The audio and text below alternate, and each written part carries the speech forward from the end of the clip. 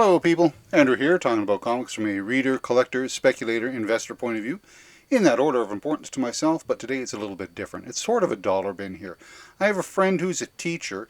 This year he's teaching kids aged 13 to 14, and he asked me, do you have a stack of comic books that I could put into my classroom? Might help encourage some reading. Kids look like they want to read, but they're not sure what to pick up, so this might help them. And I said, sure. I got... when I go to the dollar bins and I pick out a bunch of books, I often pick out duplicates. It's just, over the years, it's accumulated to a point of 2 to 3 long boxes of duplicates. Well, I thought I needed this book, but I didn't, or I bought this one, and look, I already have this, but it just happens to be a different cover. Or it's, I bought this one, issue number 6 or whatever, thinking it was from series 1, but it's actually from series 4. That sort of thing. So I end up with a lot of doubles. So what I said, sure, I got no problem with that. So I picked out a bunch, about 40 books or so, that I'm going to hand over to the school. So what was the criteria sort of thing? Well, I wanted to make sure that it was somewhat safe. It can't, this meant avoiding a lot of the Vertigo titles, a lot of the mature readers. We can't have a lot of violence or swear words, or if you go further back into, say, the 60s, 70s, and even some of the 80s, some of the racism that's in there inherently. So certain topics not to be discussed. So sort of a safe starting ground. And you're going to find that a lot with the superheroes, the main superheroes from the main two lines, Marvel and DC. There's not a lot of independent stuff in here at all. These aren't necessarily the greatest of stories, and there are some really great independent and smaller stories that don't involve superheroes, but this is just a starting point. If he comes up to me and says, look, I need something with a little bit more meat, I want something with a little bit more depth on here, say, sure, I can probably dig up some of that stuff as well. But for the time being, I'm just starting with something that is relatively safe and also recognizable and accessible. So we'll start off right away with Superman. I mean, I already know Superman. He's probably... I'm thinking to myself, what are the 5 top superheroes? And Superman, Batman, Wonder Woman would all be in that top 5. Spider-Man would be in there as well. And I'm just not sure who the 5th one would be. So this run, as I said, none of these are particularly the best runs or anything like that. That's not... They just happen to be fillers that I doubled up on. But I did like this Brian Azzarello run on Superman. It's one of the few times I've actually liked a Superman book. So there's a couple of those to get him started. And I can see my friend being happy about this because he himself is a big fan of Superman. Look, you got Jim Lee artwork as well. That's great. Captain America seems to be fairly popular. And this was, again, a good series written by Ed Brubaker. So that might get them engaged. And the features Nomad, which is kind of a quirky little character. This is a little bit more offbeat. We're going with the New Mutants. I don't know. Maybe somebody would like it. I don't have a ton of X-Men stuff in here, and I know this is the Ultimate X-Men and not the X-Men. But it was a good story. It's a self-contained story, which was something that I was looking for here and there. I should probably get more trade paperbacks, but he just missed out when I traded a whole bunch away recently. So, Excalibur, again, another sort of X book, but this one is, again, just for the fun. The cover looks kind of fun. People might be engaged in that. Iron Man, very familiar character, with the Fantastic Four. Part of that Maximum Security series, which I think they missed out on some story potential with that series. It was just a bunch of alien prisoners were dropped off on the planet Earth as a prison colony, and then it was just a 3-issue series with some tie-ins, and they gathered up all the criminals and sent them away. The story potential I see, what happens if one of those criminals, this is just one story, it was actually a political prisoner and just happened to stand up against the regime and try to escape upon Earth because he didn't consider what he did to be, illegal or immoral. There's a story there, but none of that was ever followed up. I like Bendis's new Avengers material, so why not? I got a couple of issues of that. That was the other thing I said. If I can find a couple that are in sequence, that might prompt somebody to read 1 or 2 because they read a little bit more of the story. I really like that Batman cover from Detective Comics, and who doesn't like Batman? And Wonder Woman is always a good one as well. I mean, it's not just doesn't cater to women only, but if one of the gals in the class was curious, this might be a little bit more of an inspiration because it features a female superhero. Once again, everybody likes Spider-Man. This is an early one. This is from the 80s, so it's going to have a different story type of to be told. But I had a couple of those that were hanging around, so people might know Boomerang from other areas. Conan, again, most of the stuff, as I said, is superhero based, but there's a couple of books in here that sort of break away from that. And there's a couple of here from Conan, Conan the King, number 25. I like that cover. And 26, and I like that cover as well. So these are sort of that sword and sorcery, barbarian adventure type of thing, which it gives you another choice. It's not just superheroes. And I have like everybody else, I have a zillion copies of, well, maybe not a zillion, but I do have multiple copies. I like Turok. I know that there's a thing that they printed like 750,000 copies of this, and that may be true. But I do like Turok, and he's a dinosaur hunter, so that might appeal to somebody.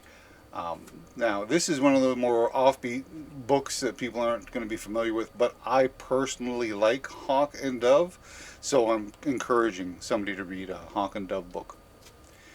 This was just, again, something a little bit different. You know, it's more of a science fiction type of story with the Micronauts.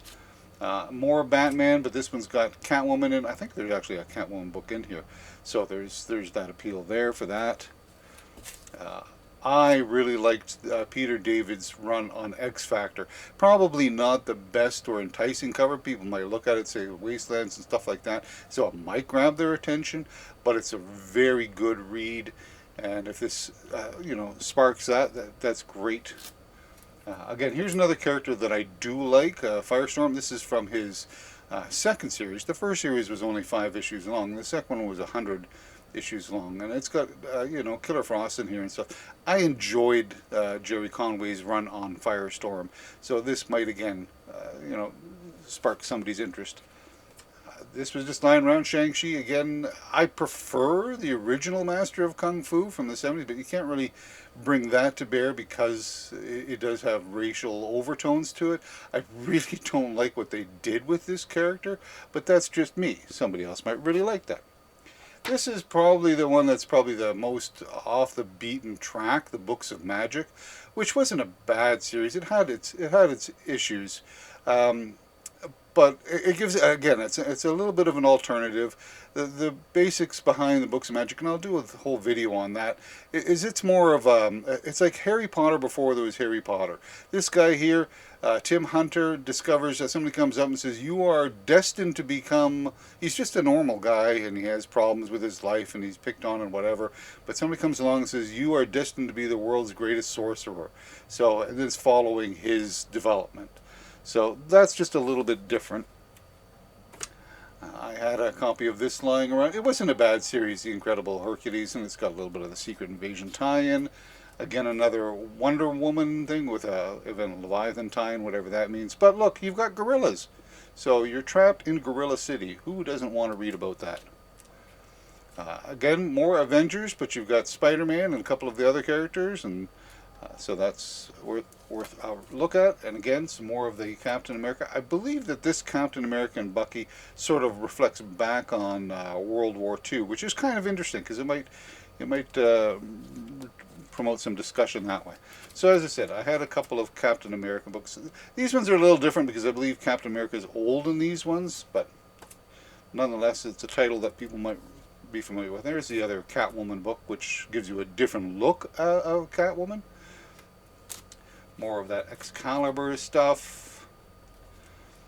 I really like Alien Legion, so if I can get people to read Alien Legion, all the better. And again, it's something a little bit different than the superhero place. Now, here's, okay, so the Punisher, War Journal, he's a violent guy, and he's got, but it's handled without, there's no cursing, the violence is there, but it's not too graphic. And this is a good tale with Punisher involving Daredevil. This, in great condition or in good condition, is usually a little bit more of an expensive book, but it's not. It's got a big crease through here, and I think there's some water damage on the back, so, but it might inspire some people. Again, Thor is another character that people are familiar with, and I ended up getting a number of books that are part of this Everything Burns line here. This is part 2, and this is part 4. I must have thought that I needed these, and I didn't. There's part 6, and then there's the aftermath. So it's not a complete story, but you put those 4 pieces together, you can probably get the gist of the story. An old one again from the 80s, The Deadly Foes of Spider-Man. Really sharp shape, but really it's not worth that much money. And it gives Spider-Man and all of his collected villains, which again might attract people. 8,000 copies of this book were sold, so having another one lying around, it's just like, I don't need another one lying around. And it's an X-Men book. And this one I picked up just recently by mistake, but why not? We'll have a Defenders thrown in there. I really liked Avengers Arena. It's sort of like a Hunger Games type of thing, so that might be appealing to some of the kids. I don't know. But again, it's something that's a little different than the superheroes. And a little bit more of the X-Men material here. It's not Uncanny X-Men, but it is X-Men, and X-Men are popular. Again, you can see by all the videos I've done about the Fantastic Four that I really like the Fantastic Four. This is, again, in the middle of a run, so it's like, but it's not as complicated a run as, say, Hickman's run. It's Robinson's run. But it's got Spider-Man. This is the Human Torch. It does have the Fantastic Four, which I like to promote, so I'm all good with that. And then finally, I just have this extra Batman. Pay no attention to those prices. All this stuff was dollar bin stuff. So a Batman with the Penguin. So how can you go wrong with that? So that's what I've got for the school. I hope the kids enjoy it. That's about all I got to say about that. As I said, if my friend needs more books, I have more books. And just out of curiosity, what kind of books do you think you would put into the school library? Again, this is just from extras selected. There are better stories out there, but these are the ones that I have. Anyways, that's it. Take care of yourselves. Be good to yourself. Be good to others. Talk again soon.